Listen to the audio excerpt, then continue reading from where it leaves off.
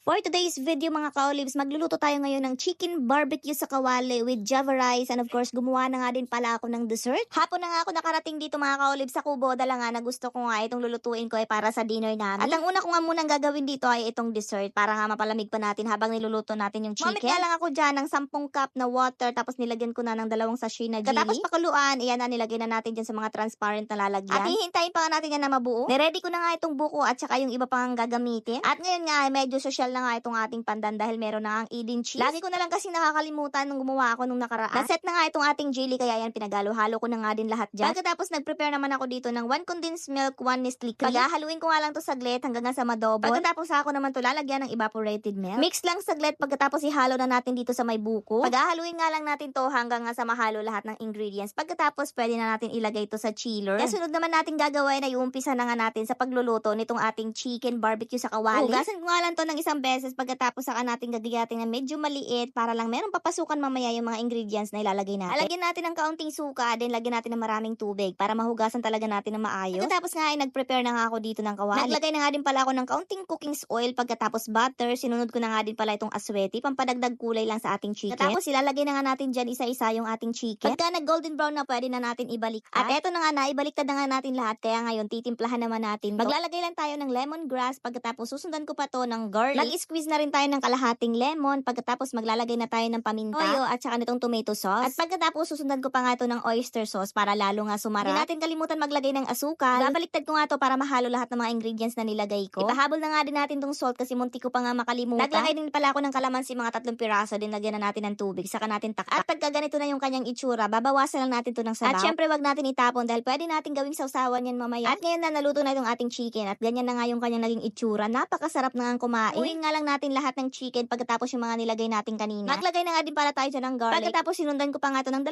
sachet ng turmeric. Mekos-mekos natin yan hanggang sa maluto yung garlic. Then isunod na natin itong margarine na 1 kutsara. Pagkatapos pwede na natin isunod itong kanin. Pakunti-kunti lang yung nilagay nating kanin para mahalo nga natin ng maayos. Pagkatapos nga pwede na natin ilagay yung iba pang kanin. At mekos-mekos na nga natin to hanggang nga sa magyelo na lahat. Lagyan na din natin ng kaunting salt at yung sauce nga na tinanggal natin kanina sa kawali. Sa wakas nga mga ka-olives, naluto na din natin at natapos na. Kaya eto na yung kanya naging itsura. Talaga namang nakakatakam ng kumain. Habang nga piniplating ko itong mga ka-olives, yung mga kasama ko nga ay gusto nung mag-umpisa kumain. Mga hindi pa nakatry nito mga maway, i-try nyo na talaga dahil napakasarap pa talaga, namang hindi kayo magsisisi. So, paano ba yan mga maway? Kumuha na kayo ng inyong kanin at tara sabayan nyo nga kami. First time ko lang talaga makatikim ng ganitong klase ng luto at naisip ko nga parang pwedeng-pwede siyang pang negosyo dahil talagang sulit yung lasa. Yung tanglad nga ng amoy hanggang nga sa kanin. At yun nga ang dahilan kung bakit siya naging kakaiba. Try na din na natin tong buko pandan, talaga namang masarap. So ayan guys, tapos ko lang mag half bath and skincare. Mabalik-balik na unti-unti yung aking balat.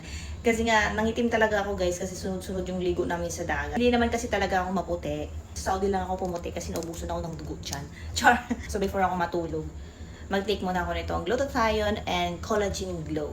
Available naman to sa Saudi Arabia. So mag-PM lang kayo dito kay Gluwit.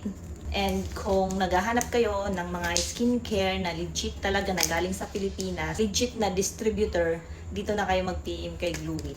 Meron din pala silang Tokyo, Brilliant Skin, ayan, Myra E. Congratulations nga pala sa mga nakatanggap ngayong araw ng Salvio Barley Grass at nitong Tokyo at saka nitong Glutathione Collagen Glow. At para mapili din kayo guys, i-share nyo na itong video at i-follow nyo na yung page ni Gluwit. Click ko na lang sa comment section yung kanyang link. Ayan, mag-click muna tayo ng isa. Ang galing kasi para ka lang kumain ng candy. Ayan o, gummies. Para ka lang kumain ng candy pero Glutathione Collagen Glow na pala siya. Meron pa sila iba't ibang klase ng beauty products. I-check lamang yung kanilang website at saka page.